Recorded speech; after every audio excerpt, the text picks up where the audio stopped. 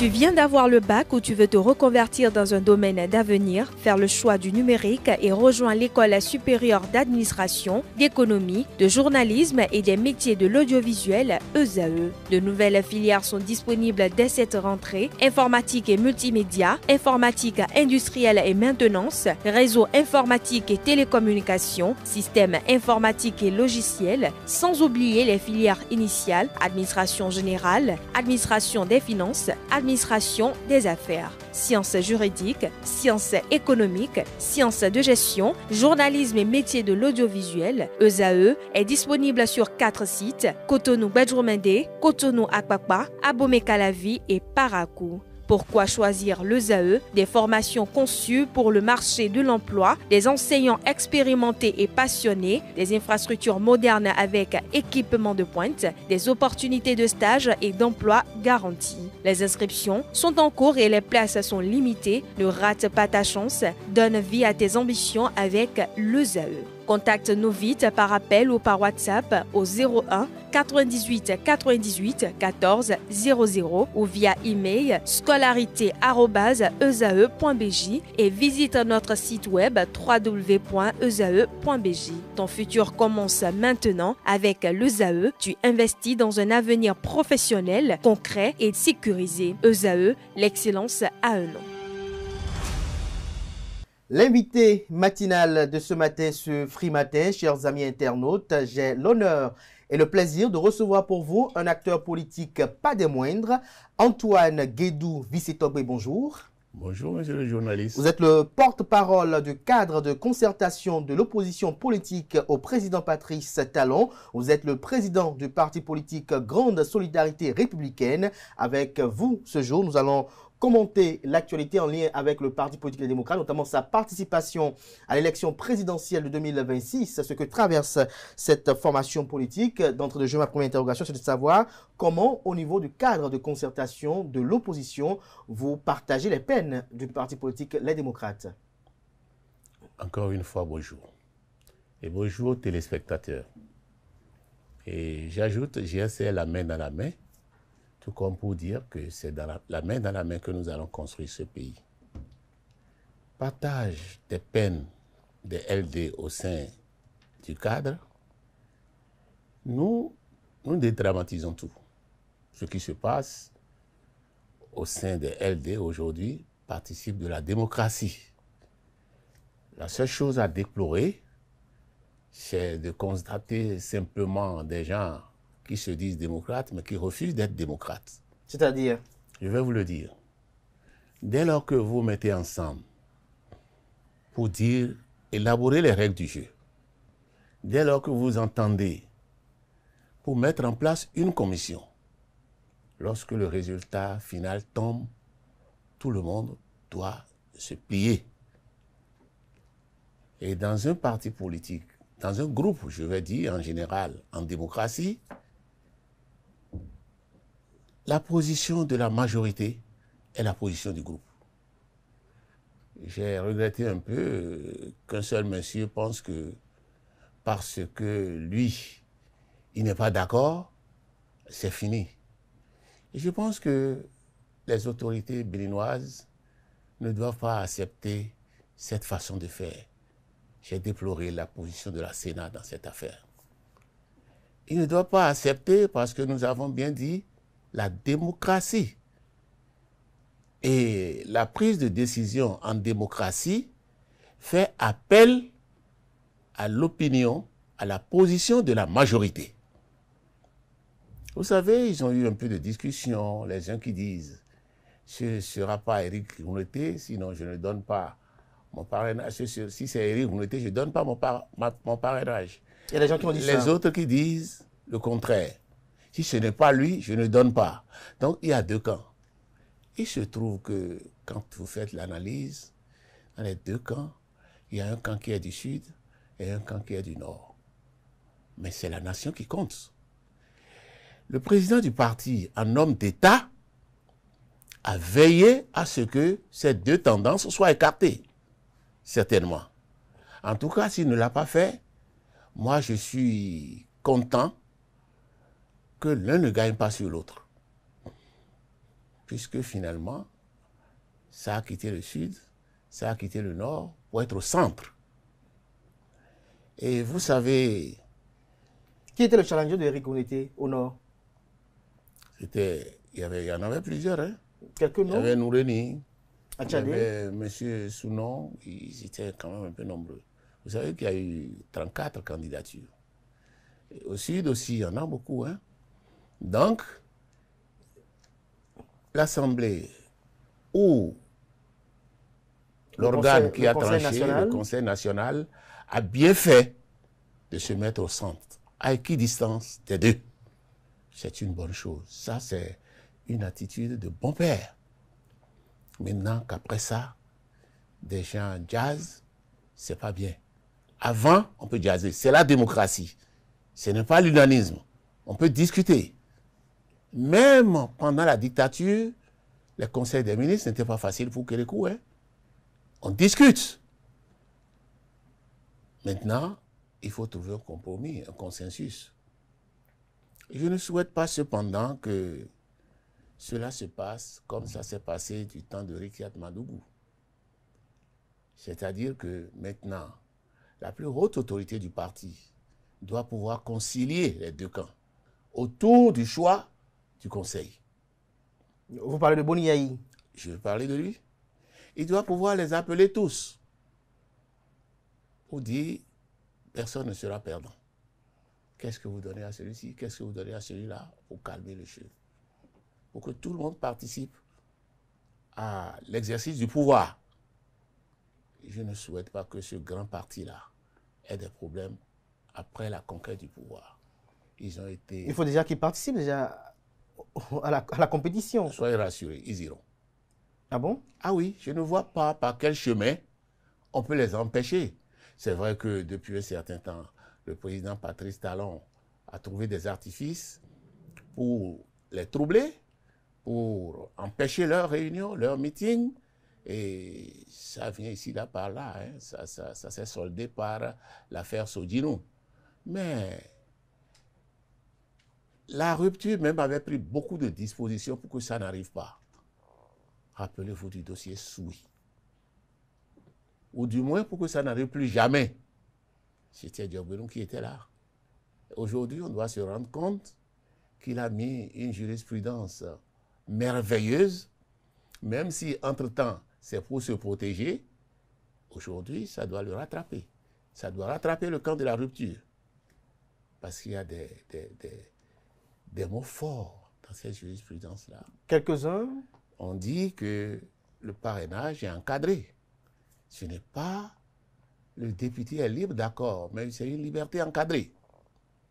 Et on dit que l'affaire de parrainage, ça obéit aux règles internes du parti. Pour ce que j'ai suivi, il y a eu une commission, il y a eu une procédure complète.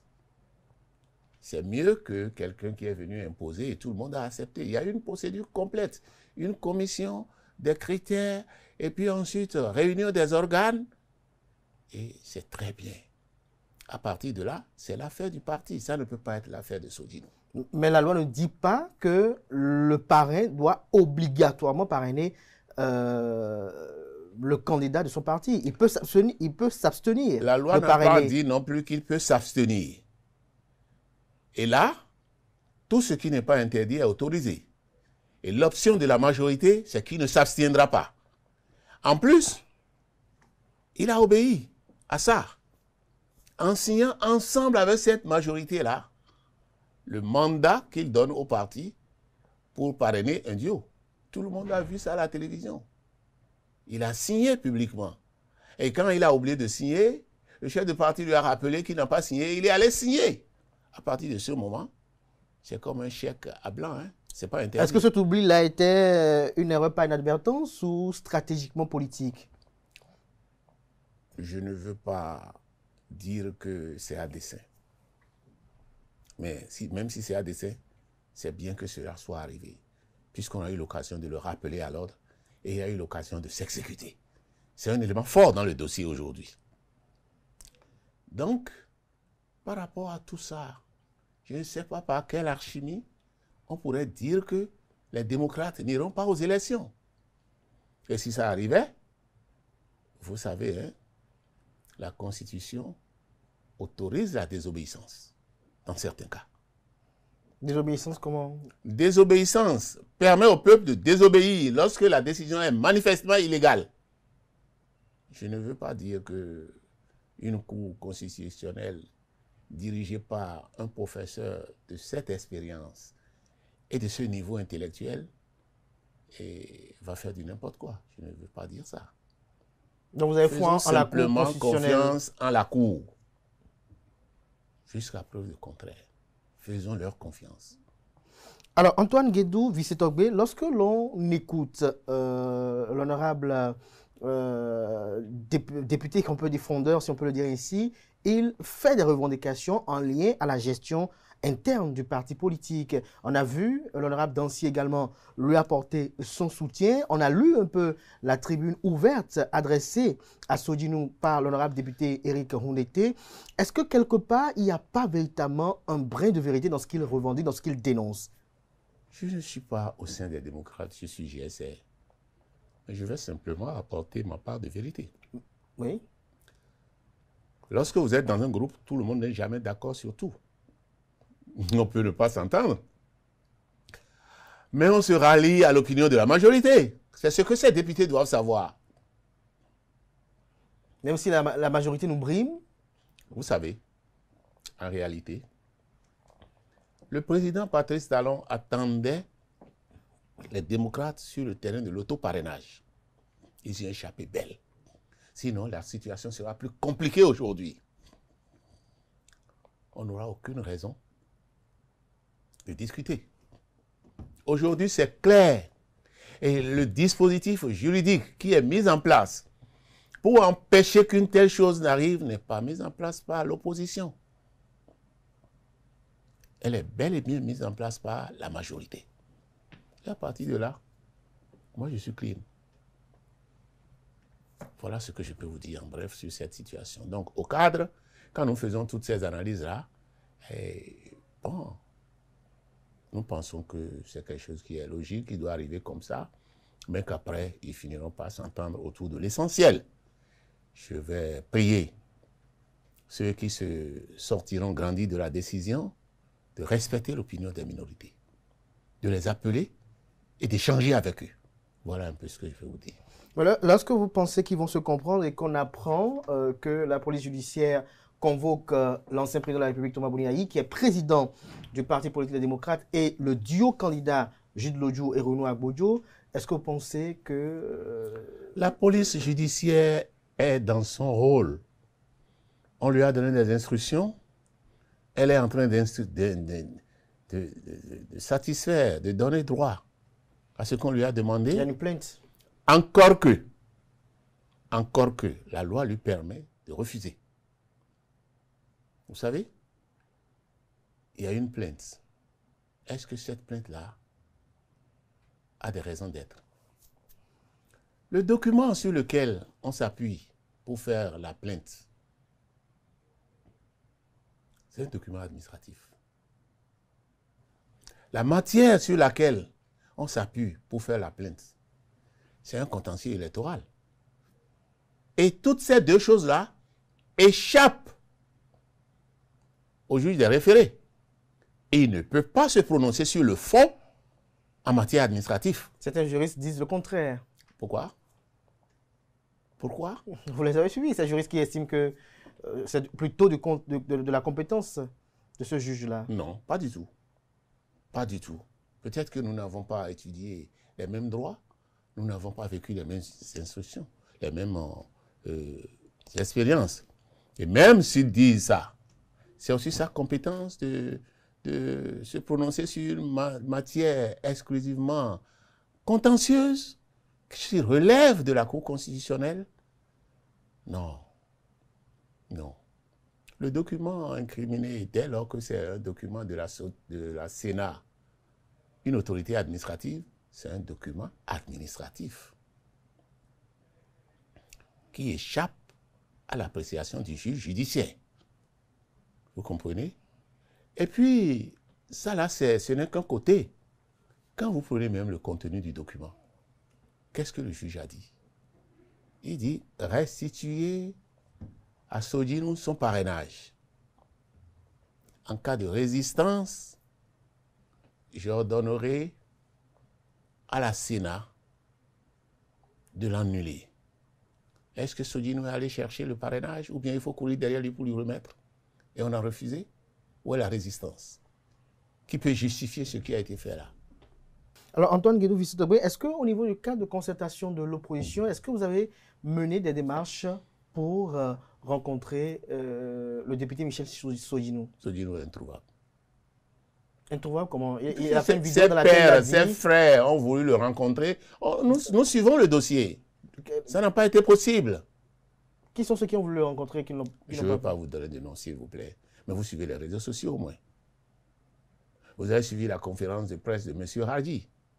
Je connais les conditions dans lesquelles Hadi et Sodinou ont été proposés sur la liste des RB, puisqu'on est allé aux législatives ensemble, des LD, aux législatives ensemble en 2023.